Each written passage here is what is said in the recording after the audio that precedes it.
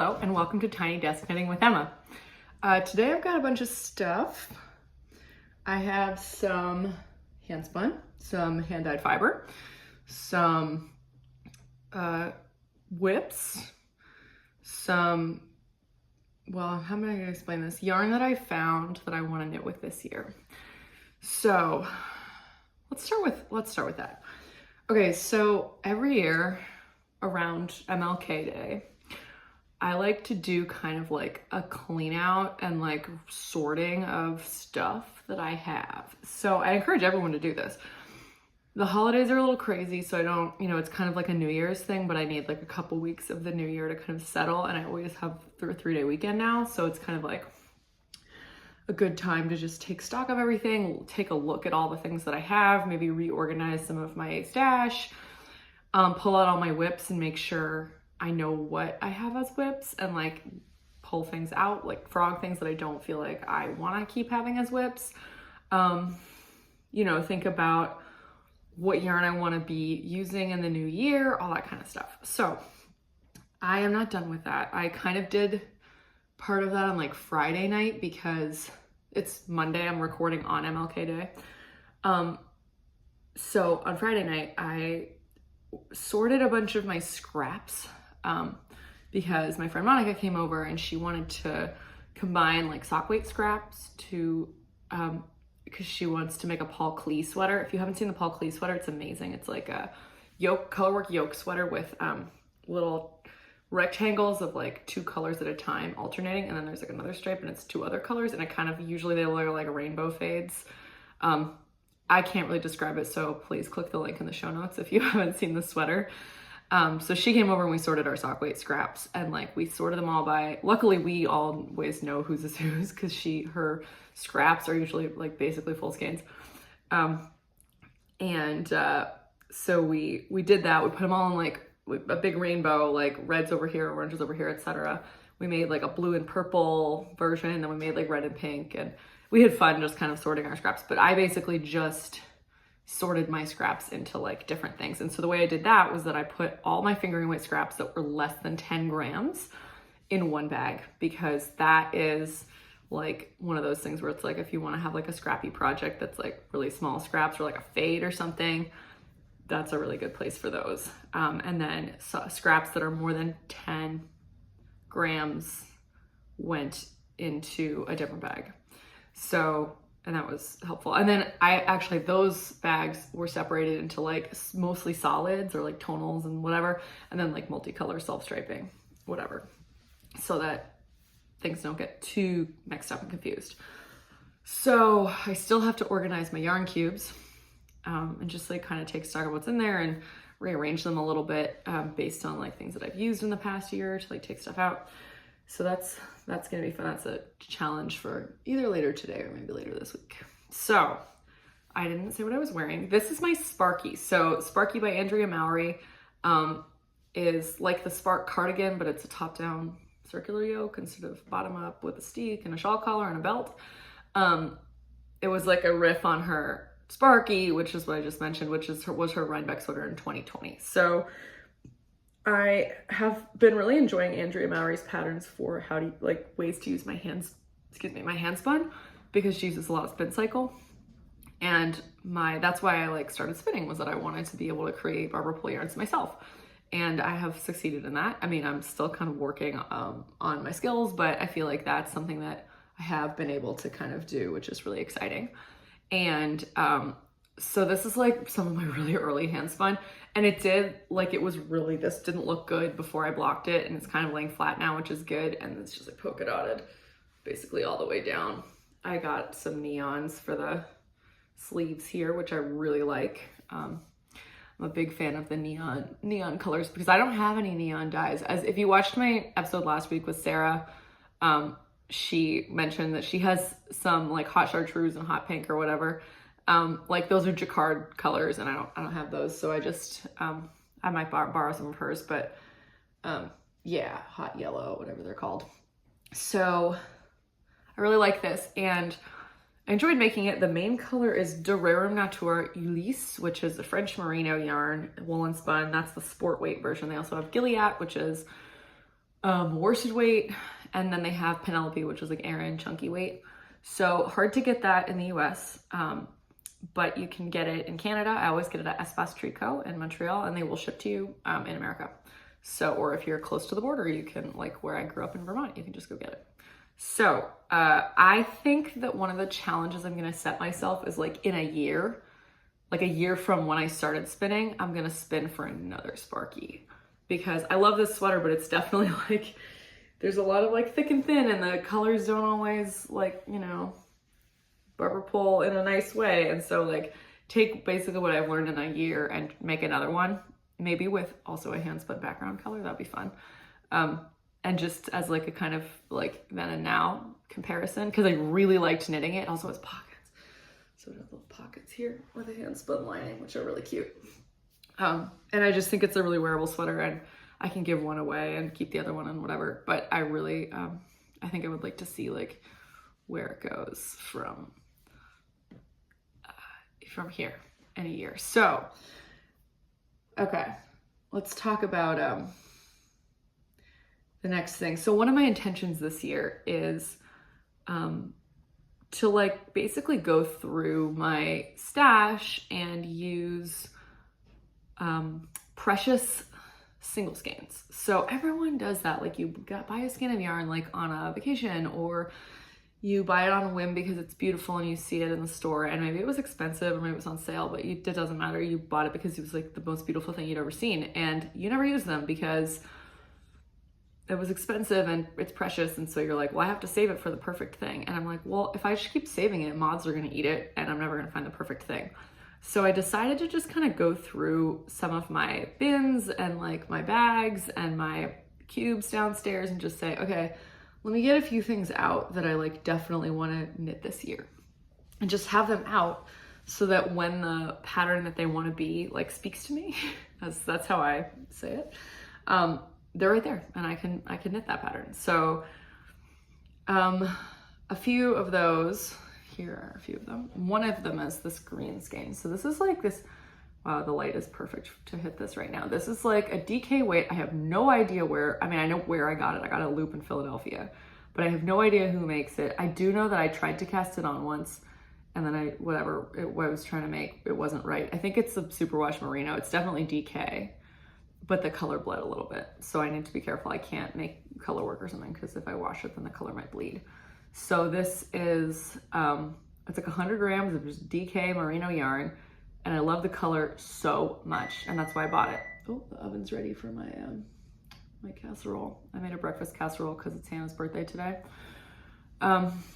So this is gonna be, I think, a hat probably, because I want it. Yeah, I don't know. I'm gonna make a hat with this. I might make the Christian's hat. Knit made Christian's hat a couple of times. He made it with like Malabrigo Rios, and it's really nice and I really like it. So I'm thinking of making a Christian's hat. It's also a hat that like, it's written for like a worsted weight, but I'm pretty sure I could swing it in a DK weight by making the needle size smaller and just doing a few more, like a couple more pattern repeats. So another one of my challenges this year is to be more comfortable knitting with merino DK yarn. I want to have a success story with merino DK, because I constantly have tried to use it in the past. Not constantly, I hate it. So this is why I'm doing this. I have tried to use it in the past. I never use a needle size that's small enough, because if you have a merino superwash DK, it will grow like crazy if it's not knitted at a tight enough gauge. And this has happened to me at least 3 or 4 times in the past, where I've like tried to knit something and it's just the needle size is not small enough, and it's just like, it's like 2 times the length that I wanted it, and it looks terrible. It's all stretched out of shape. Maybe I'll make that hat that my mom likes. It's called the Aisling hat. Yeah, maybe I'll make that. It's like a little cabled hat with a doubled brim, and she has a pom-pom on it, and she used merino DK. Yeah, maybe I'll do that. That's a nice one. Cables kind of help pull things in also. So yeah, one of the things I'd like to do, and I'd like to do this sooner rather than later, because like it's winter and I can still wear hats. So I might do that like this month as just like something that's kind of fun, a little fun cast on reward treat for finishing an accessory or something. So yeah, stay tuned. This is one of my precious skeins that I would like to use. And I would like to invite everyone who's watching, anyone, wherever, to do this with me. I'm not like somebody who likes to do like formal knit-alongs because I can't really keep up with like Ravelry or whatever groups posting. But I feel like it's something that people might want to join me doing. So maybe like comment down below if you have a precious skein you want to use, and like maybe come up with a pattern you want to knit it into. I don't know. It's up to you. Like, you don't have to do this, but if this inspires you, then I hope you also make something beautiful for yourself. I guess that's what I'm meaning to say about this. Just, I hope everyone just makes something beautiful. So another skein I have is this Malabrigo Arroyo, which is a sport weight superwash merino in Wales Road. I got this in probably like one of my first 2 years of grad school. I really liked this color in the Makito, which is this fingering weight single from Malabrigo. And I made this really beautiful pair of mittens for Monica with like a white bear single and then that single. And I'm just like, it's so nice. And so I got it in sport weight as well. And I used this in the yoke of a sweater with white that I gave to my brother's friend, or like, I don't think she was his girlfriend, but they were like, there was definitely like something, I don't know. My brother's friend Madison, in high school, who I loved. I thought she was great. She was a really fun person. And I gave it to her for her high school graduation. And I only used a little bit. I made the Petula pullover from Isabel Kramer's MDK Downtown Field Guide. Petula, I don't know how you say that. That's the woman who sang the song Downtown. I know that, and that's why she named it that, because the MDK Field Guide name was Downtown. Regardless, you can get the pattern on Ravelry. I'll link it. I'll link my project page as well, from like way back in like 2019, probably, when I made that. So I have like, didn't weigh this, but I probably have like at least 70 grams of this, like definitely enough for a hat or mitts or something. And I'm trying to decide what to make with it, and I have no idea. So if you have suggestions for sport weight, somewhat variegated, probably a hat, like maybe I'll make Christian's hat with this instead of this, because I am making probably the Aisling hat with this, with the cables, since I just talked myself into that. So I'm excited about that. Yeah. And then I have these two yarns. I got these at the Woolly Thistle like ages ago, like 3 years ago. It's a Blacker Gotland blend DK. So they were probably on sale, and I got them, and I didn't know what to do with them. And so they just sat. And I think I would like to make something striped with these, like with white. So like a white background, and then like stripe these two colors. And I don't know how, I don't know what. I'm like in a stripey phase, and I keep thinking I want like 1,000 striped sweaters. I don't think I'm gonna make a sweater with these. It would be more like I don't know, maybe like a cowl. That'd be pretty. I could make a cowl with using these as like stripes and just like a plain cowl. I don't know. This is like, Gotland is maybe not something that people would want next to their neck though, because it's a little bit of a scratchier yarn. It's hard to say. I could make something color blocked with it as well. These are 250-gram skeins, so I could make like a hat and mittens set that's like blue on the bottom and green on the top or something. It'd be kind of cute. Yeah, I don't know. Again, if you have some ideas for me, I would like love to hear them. Yeah, it's just things that I feel like are in my stash, and I'm like, if you don't knit these, you're not gonna get there ever. So you might as well do it. Yeah, I don't know. But a big part of what I'm trying to do this year, just sort of more generally with, especially with knitting and spinning and fiber stuff, is to just kind of try things and not care what happens. And like, if it doesn't work out, you can, especially with knitting, you can just like rip it back. It's no problem. So, yeah, I started this book for work called Being Wrong, Adventures in the Margin of Error by Katherine Schultz. And my mom recommended this to me because she had her students read it. And I actually am only this far into it. And I can safely say that it is one of the best books that I will read this year, for sure, probably in the last 5 years. It is so helpful for like just understanding why we hate being wrong and what we can kind of do about it. And so Bill Clinton has the little thing up here, The quote says, "If you want to feel better about not being perfect and see the potential upside in your errors, read Being Wrong by Catherine Schultz." So, I mean, it says a lot of things about like why we like it when other people are wrong and we're right, which is something that is, you know, normal, but also kind of a horrible thing. Like, to say "I told you so" is just like, to me, I don't want to say that as much as I probably do in my head, and, you know, that kind of thing. So, but I think the other kind of main point of it is like something that we can really take into our knitting, basically, which is every time you're wrong, you learn something. And I think with knitting, that's especially true because being a knitter, we have the, like, unless you cut something or something, we have the advantage of basically being able to rip things out and start again. And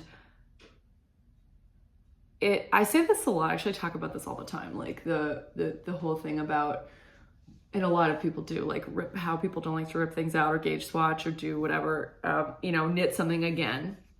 And I say, sometimes I don't like doing that either, but like when you do it right, when you go back and you do it right, it's really satisfying to be like, oh, I troubleshot that problem and I got around this obstacle that I was facing. And so, you know, for me, I think a lot of it, yeah, a lot of that is just, it's just helpful to kind of think with that mindset about learning new things in knitting or spinning or whatever. You know, try it. Like, that's what I learned about spinning. So you know, spinning is tricky, but it's very like, well, A, personal, and B, like something that, that you can kind of figure out yourself often. Like, you can learn how to spin in a class, but it's something that a lot of people kind of have to learn themselves, or did, you know, I think historically, because it is a skill that, you know, if your mom had a spinning wheel and it was time for you to use it, they'd probably show you, but then a lot of that would be you learning how your drafting style is, and how, you know, you like to hold the yarn, and how you like to sit, and all sorts of things, and, you know, practicing drafting and all that. And I think I would have had a harder time with the spinning if somebody had been constantly over my shoulder telling me, do this, do this, do this. Because I borrowed Monica's wheel in October, I guess it was like September, October, late September. And I just kind of sat with it a bunch and just did it. And that's how I learned how to spin. And that was like really fun.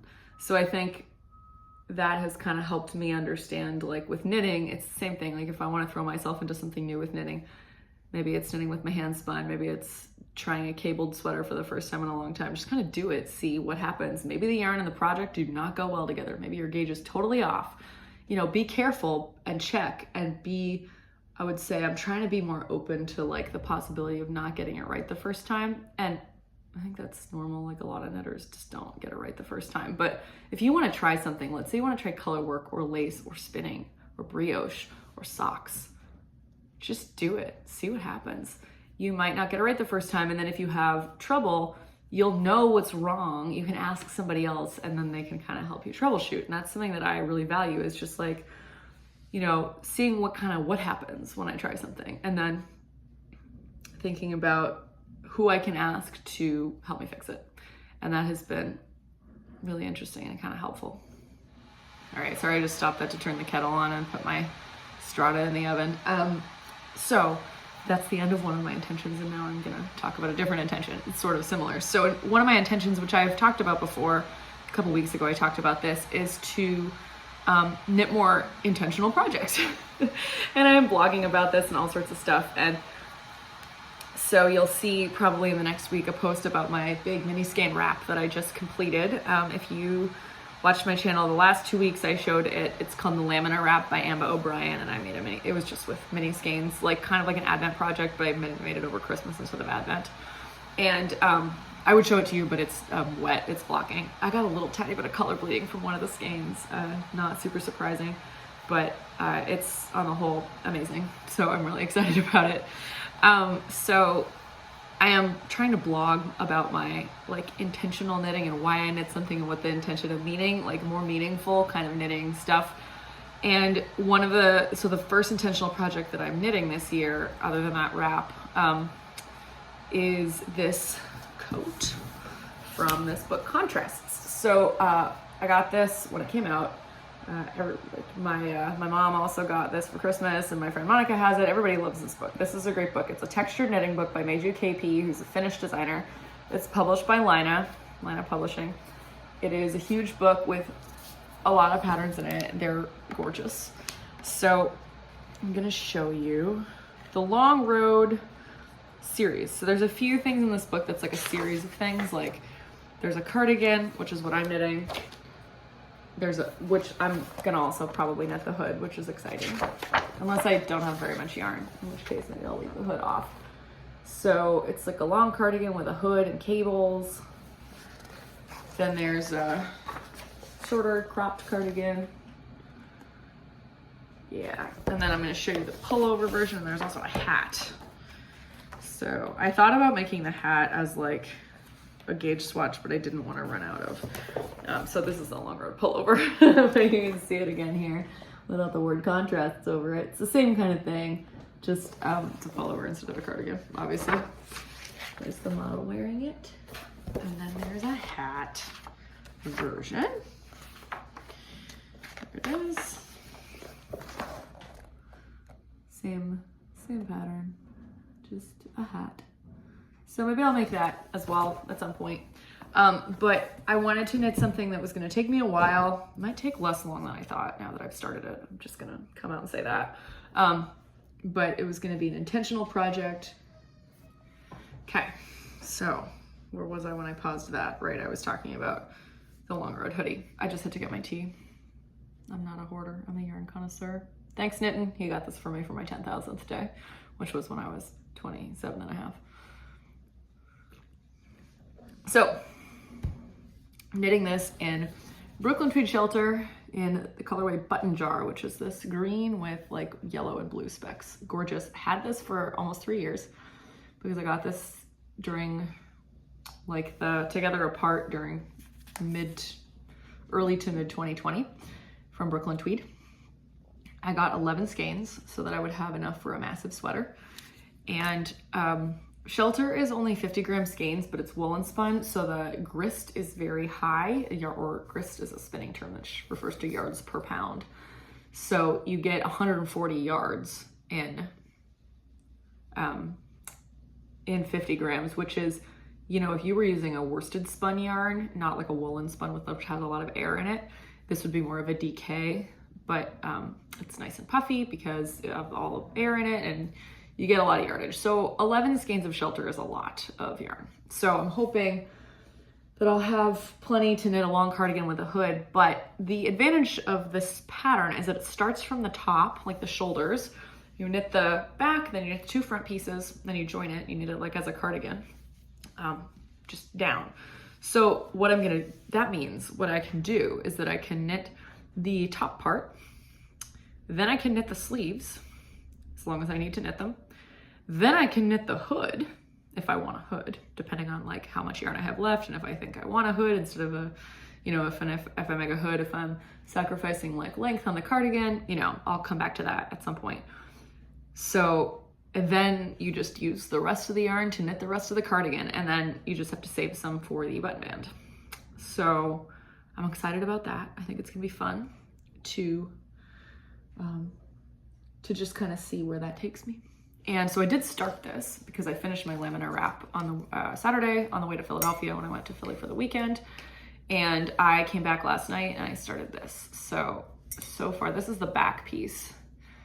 So I've got big cable, small cable, big cable, small cable, big cable. I think stretched, this is gonna fit me no problem. Although, okay, so I'm thinking about taking this out because it might not be big enough.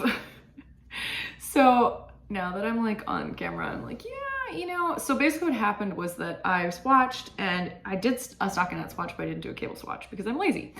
But being wrong is okay, as I've just said. So I think basically what happened was that I got the gauge like, I thought I would get the gauge with one needle size down, which I almost always do.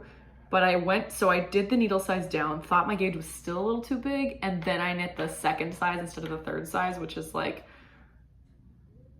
intended to fit someone who's a little smaller than me. And I think that probably if I want to have the cardigan be like a coat type of cardigan, I actually do need to take this out and start again and just do it a little bit bigger, which is actually fine with me. I am okay with that. I thought about just like going up to a size 6 needle, and then I was like, no, then the gauge would be too loose. Like then it would be off. So that's not, you know, the intention of the intentional knitting is to like do it well. Be proud of your work, go back and start over if it's not the way you want it. But what I have learned so far from these little cable panels, so there's this one and this one. These are not difficult at all. They're intuitive, so you can essentially memorize them because they're intuitive, and they're pleasant. So I actually really enjoyed. I've really enjoyed this, and it's only been a few hours of work. I watched the menu while I knitted this, and if you haven't seen the menu, wow, it's on HBO. It's a movie. It's crazy. It's definitely like a lot. So if you don't like a lot, then maybe like avoid it. But yeah, I really like this little like alternating kind of braid going out. Experiencing many interruptions today. The roofer just came by because we have some cracks in the roof in the bedroom upstairs. Around the chimney, we have some cracks around the ceiling, which is a little concerning. So very exciting. The roofer came to fix the leaks. Okay, where was I? Just talking about this. So yeah, I think I'm gonna take this out and just knit the next size up because I like the gauge I'm getting. I love knitting the cables. I haven't knit very much, so I don't feel, you know, sad to take it out or anything, but I did measure it and it was like 16 inches across, 17-ish, 18 if I stretched it, and I was like, it should be 18 at least comfortably without having to be stretched. So I thought, let's just redo that. So, this is in the way. Okay. Jeez, that's annoying. All right, so the next stuff is spinning. And so one of my intentions for spinning is to spin a little bit more intentionally, just in terms of like, you know, have fiber, weigh the fiber, decide in what method to spin the fiber, fractal, 2-ply, 3-ply, whatever, end to end, whatever, chain ply, etc. And actually come up with something that I want to use that fiber for before I start spinning. And this is one of the pieces of advice that Jillian Marino gives in the book Yarn-A-Texture that she wrote. So when I got back last weekend, I decided I wanted to spin a barber pole yarn in green. So having seen this is going to look really familiar. I used a lot of the same neon green. So this neon green, this is a barber pole with like teal and dark green and a lot of neon. And the neon came in a BFL braid that I got at Wool & Folk. So I showed this last week when I was talking about spinning with Sarah, I showed this in the, like as just plain fiber. But it's just a mix of random stuff. I frequently do mixes of random fibers. I don't have a problem with it when I'm making barber pole yarns. You can see it up close. I would skein this, but I guess I can skein it just to show you what it will look like in the skein, but it's still a little wet, so this is what it's gonna look like. This is about 4 ounces and about 400 yards. I am super pleased with my better yardage in the past few weeks. I think partially that was due to starting to spin on the e-spinner, because giving myself just some time with the e-spinner, I think it helped me learn how to draft more thin when I got back to the wheel, because I spun this on the wheel and I plied it on the e-spinner. So I spun it on Thelma and plied it on Louise. If you're unfamiliar, my wheel is named Thelma and my electric eel wheel is named Louise. And I think I need to just turn up the speed a little on the plying because it's a little loose plies. There's not in as many twists per inch as I think I would like, but the yardage is really good. So I'm pleased with that. So I decided that I wanted to make an inclinations cowl, which I tried to make like a while ago with my like early hand spun, but it was just like way too thick. It was the sweater that the yarn I ended up using for my shifty, which was my first hand spun sweater. This is my second hand spun sweater.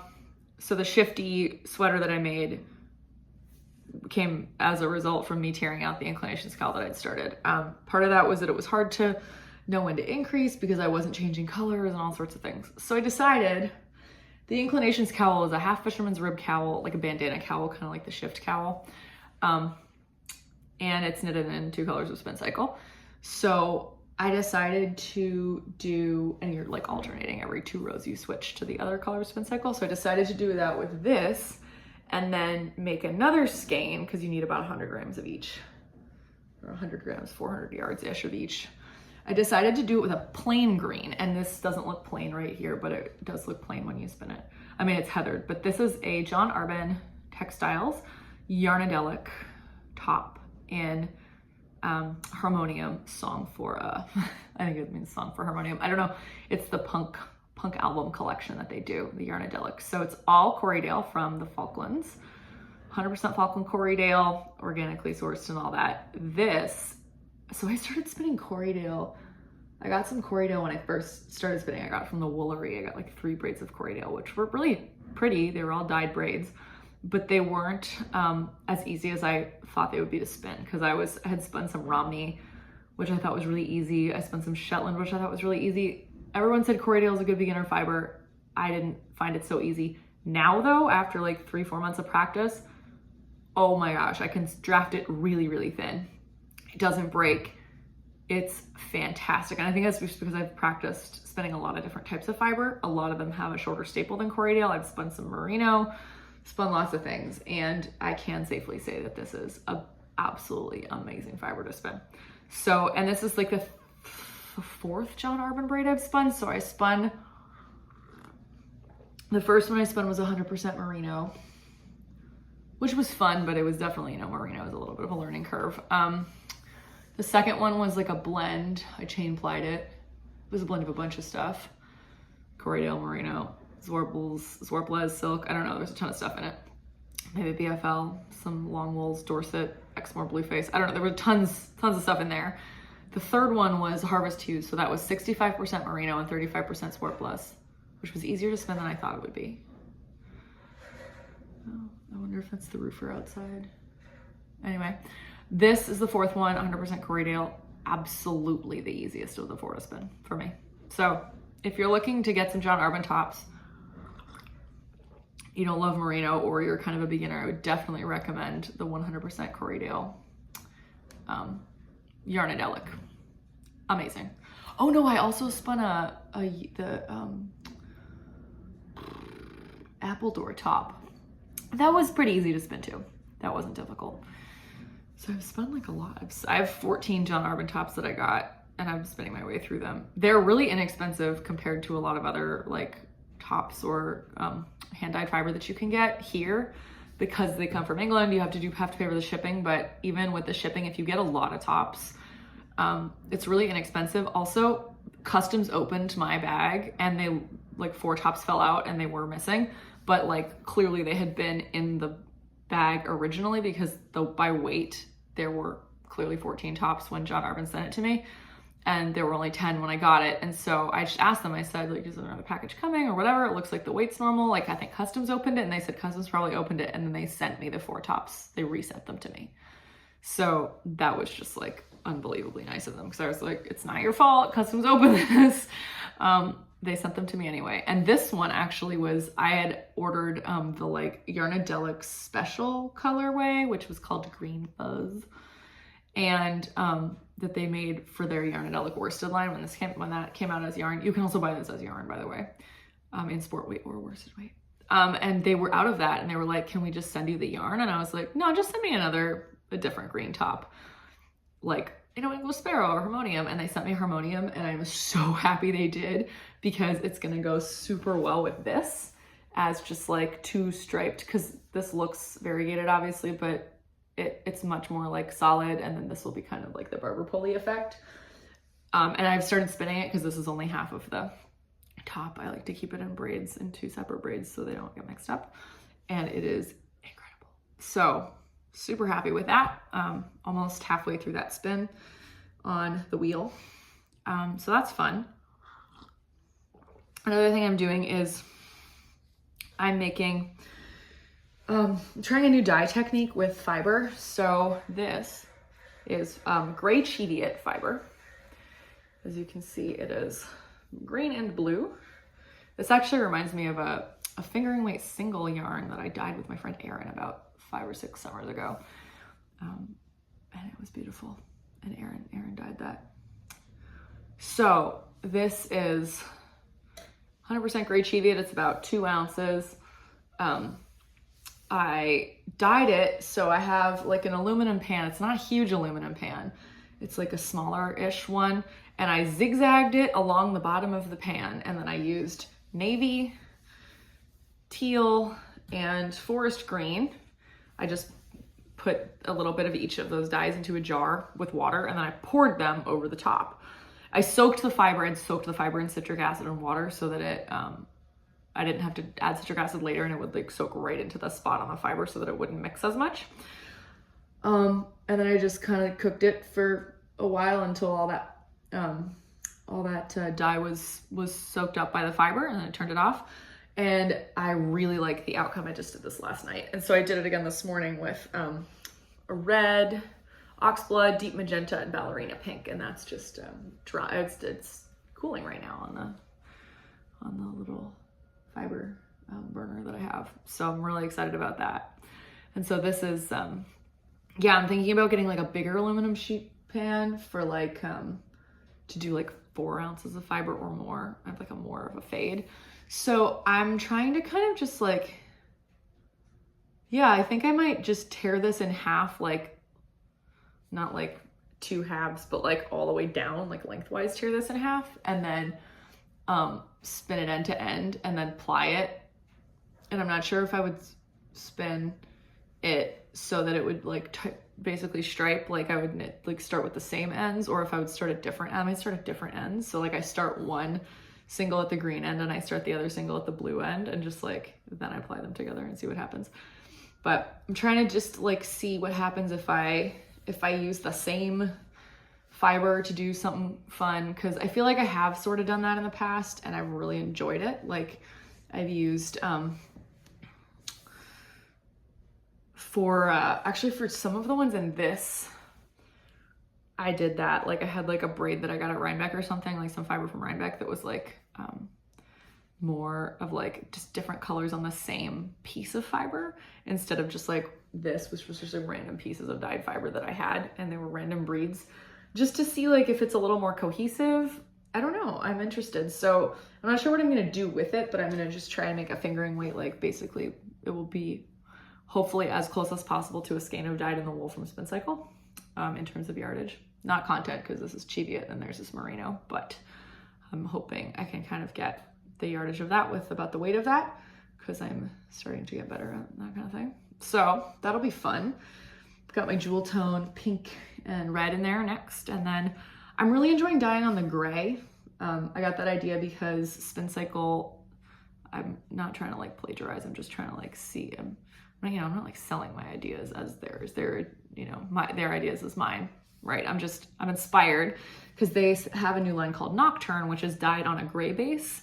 And it's basically the same thing as dyed in the wool. And so I'm trying to dye more on gray bases to just see like how it changes the colors a little bit, how it kind of dampens the colors.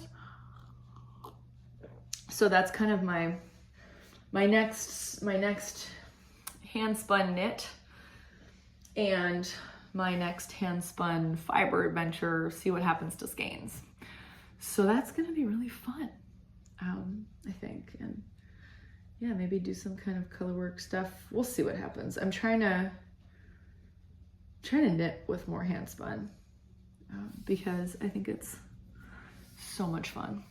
But I have a lot of my yarn that I didn't make, hence, something like this.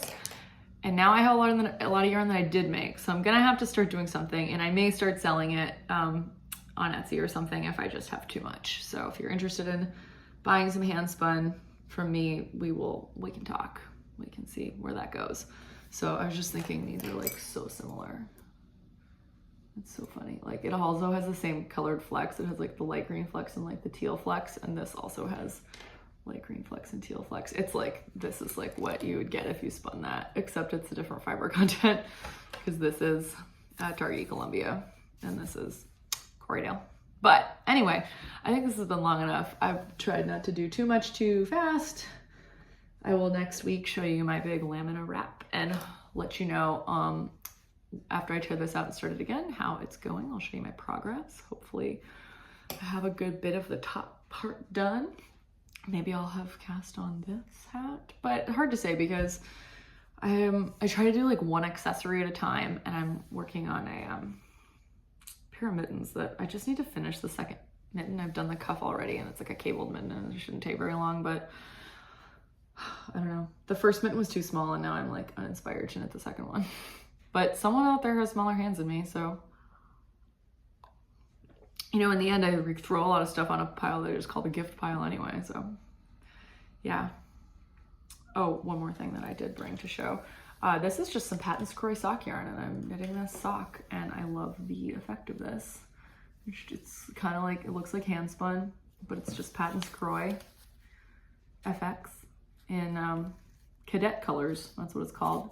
You can get this for like $5.99 at Michael's, and that's full price. A lot of times Michael's will have a sale.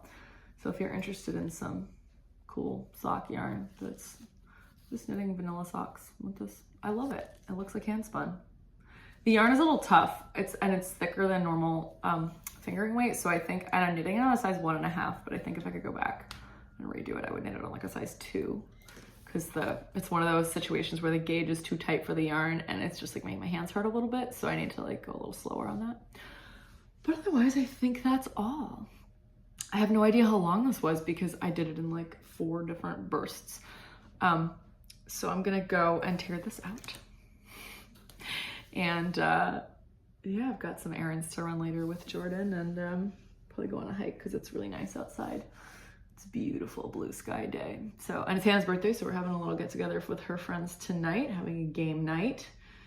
So that'll be fun. And yeah, January is like half done now, which is crazy. So, if you like my content, you can like and subscribe. As always, I have a bit of an uptick in subscribers lately because I had a video that I did like 2 weeks ago that got like 4,000 views randomly, which was crazy. Exciting, and I didn't know like why, because then that did not happen with the next video because it sometimes just happens, like you just hit like a word or something that YouTube likes and it goes into a lot of people's algorithms and it shows up on a lot of people's pages and they all click on it. So if you're new, thank you so much for watching all the way to the end. I probably should start introducing myself a little bit differently. But regardless, it's always great to be here talking at all of you. I want to say like see you next week, but I won't see you next week. I never see you unless you like come up to me at a fiber festival, which is really exciting. But you'll see me next week probably. So thank you so much for watching. This has been Tiny Desk Knitting with Emma. Bye.